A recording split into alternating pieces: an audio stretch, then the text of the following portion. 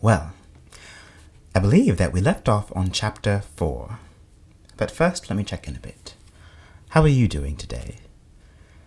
I know that for the past 2 days, or since I last spoke to you, it's been kind of low. There's something about the quarantine that's getting to me. But it's important to remember, again, why we're doing this, and it's also important to acknowledge your feelings. And so I spent yesterday journaling, and I hope that you're making time to journal. It's quite a wonderful way to get out your feelings, and also for you to process them and organize them and figure out what it is you are feeling. So yes, I hope you're making time to journal. Now, I use the Day One app. I love it, and I've been using it for the past 6 or 7 years. But feel free to use any way of journaling that you like.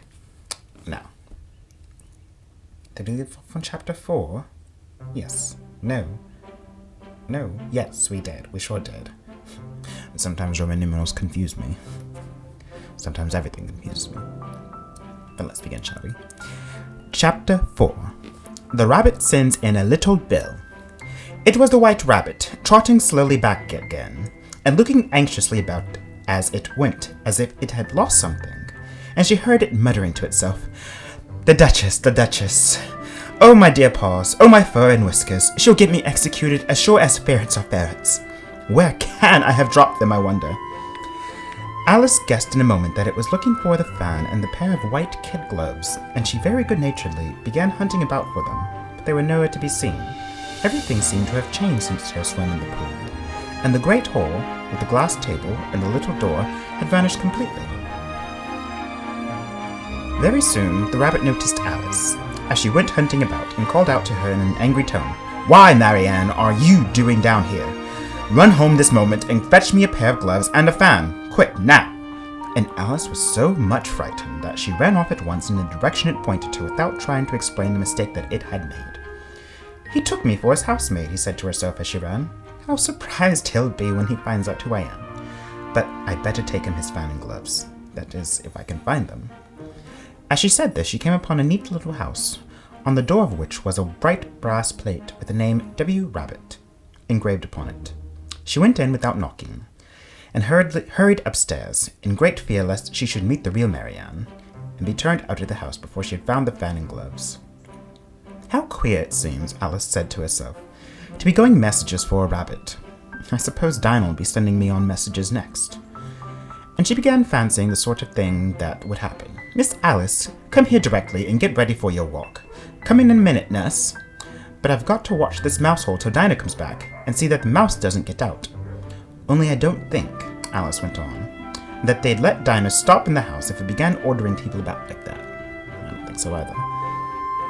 By this time she had found her way into a tidy little room with a table in the window, and on it, as she had hoped, a fan and 2 or 3 pairs of tiny white kid gloves. She took up the fan and a pair of the gloves, and was just going to leave the room when her eye fell upon a little bottle that stood near the looking-glass. There was no label this time with the words "drink me," but nevertheless she uncorked it and put it to her lips. "Now, Alice, please, why would you do that, darling?" "I know something interesting is sure to happen," she said to herself, "whenever I eat or drink anything, so I'll just see what this bottle does. I do hope it'll make me grow large again, for really I'm quite tired of being such a tiny little thing." It did so indeed, and much sooner than she had expected. Before she had drunk half the bottle, she found her head pressing against the ceiling, and had to stoop to save her neck from being broken. "Alice, please." She hastily put down the bottle, saying to herself, "Well, that's quite enough. I hope I shan't grow any more. As it is, I can't get out at the door. I do wish I hadn't drunk quite so much." Alas, it was too late to wish that. She went on growing and growing, and very soon had to kneel down on the floor. In another minute there was not even room for this, and she tried the effect of lying down, with one elbow against the door and the other arm curled around her head. Still she went on growing, and as a last resource, she put one arm out of the window and 1 foot up the chimney, and said to herself, "Now I can do no more, whatever happens. What will become of me, Alice, darling?" Luckily for Alice, the little magic bottle had now had its full effect, and she grew no larger. Still, it was very uncomfortable. and as there seemed to be no sort of chance of her ever getting out of the room again, no wonder she felt unhappy. Now, I think we could take a moment and all sympathize with Alice here, as I don't know about you, but I feel as though I'm trapped in a rather large house. A rather small house, and I'm grown rather large. It was much pleasanter at home, thought poor Alice, when one wasn't always growing larger and smaller and being ordered about by mice and rabbits. I almost wish I hadn't gone down that rabbit hole. And yet, it's rather curious, this sort of life. I do wonder what can have happened to me. When I used to read fairy tales, I fancy that kind of thing never happened. And now here I am, in the middle of one. There ought to be a book written about me. That there ought. And when I grow up, I'll write one. But I'm grown now, she added in a sorrowful tone. At least there's no room to grow up any more here. But then, thought Alice, shall I never get any older than I am now? That'll be a comfort, one way, never to be an old woman. Okay. But then, always to have lessons to learn. Oh, I shouldn't like that. Oh, you foolish Alice, she answered herself. How can you learn lessons here? Why, there's hardly room for you, and no room at all for any lesson books. And so she went on, taking first one side and then the other, and making quite a conversation of it altogether. But after a few minutes, she heard a voice outside and stopped to listen. Marianne, said the voice. Fetch me my gloves this moment. Then came a little pattering of feet on the stairs. Alice knew it was a rabbit coming to look for her, and she trembled till she shook the house, quite forgetting that she was now about 1,000 times as large as the rabbit, and had no reason to be afraid of it. Presently the rabbit came up to the door and tried to open it, but as the door opened inwards and Alice's elbow was pressed hard against it, that attempt proved a failure. Alice heard it say to itself, Then I'll go around and get in at the window. That you won't, thought Alice, and after waiting till she fancied she heard the rabbit just under the window, she suddenly spread out her hand and made a snatch in the air. She did not get hold of anything, but she heard a little shriek and a fall, and a crash of broken glass from which she concluded that it was just possible it had fallen into a cucumber frame, or something of the sort. Next came an angry voice. The rabbits. Pat, where are you? And then a voice she'd never heard before. Sure then, I'm here, digging for apples, Your Honor. Digging for apples indeed, said the rabbit angrily. Here, come and help me out of this. Sounds of more broken glass. Now tell me, Pat, what's that in the window? Alice had no idea what to do. And sure, it's an arm, Your Honor. She put her hand into her pocket. He pronounced it arm. Pulled out a box of comfits. An arm, you Luckily, goose. the saltwater Whoever had saw not one fallen that into it, size? and It handed fills the them whole round as window. prizes. Sure it does, Your Honor. But it's an arm for all of them. Well, it's But got she no must have a business prize there, herself, at any you rate. know, said the mouse. Go and take it away. Of course, said the dodo. There was a long silence after this, and Alice What could else have only you got hear in your whispers now pocket? and He then, went on, such as, turning to I Alice. sure, I don't like it, Only Your Honor. a thimble. At all. Do as I Hand it tell over you, here, said the coward. dodo. And at last, she But then spread they out all her crowded hand round her again, once and more. made another The dodo snatch in the solemnly air. presented the thimble. This time, there were We two beg your shrieks, acceptance. and more sounds of broken glass. We What beg a your number of acceptance cucumber of this frames elegant there must be, thought Alice. Now I want some cucumber Yes, we frames. have such a good buddy. What a number of cucumber frames there must be, thought Alice. I wonder what they'll do We next. beg your As for acceptance pulling of me this out of the elegant window, I only wish they Finished could. this short speech. I'm the sure old I chief. don't want to stay in here any longer. Alice felt the She whole waited thing for some hilarious. time without They all hearing looked so anything brave, more. She did not dare At to last came a rumbling and and as she could little not think of cartwheels, anything to and the say, sound she of a simply good many voices all talking took together. the thimble, looking She as made out the solemn as she words. could. Where's the other lad? The next thing was to eat Why, the comfits. I hadn't to bring This but one. caused some Bill's noise got and the other. confusion. Bill, It was a large fetch it here, They lad. could not taste Here, the nuts. put them up at And the this small ones corner. choked No, and had to tie be them handed together back. first. However, They don't it was reach over half high afterwards, yet. and Enough they yet. sat down again in the Oh, room they'll do well enough. and Don't be begged the mouse particular. to tell them Here, something Bill. more.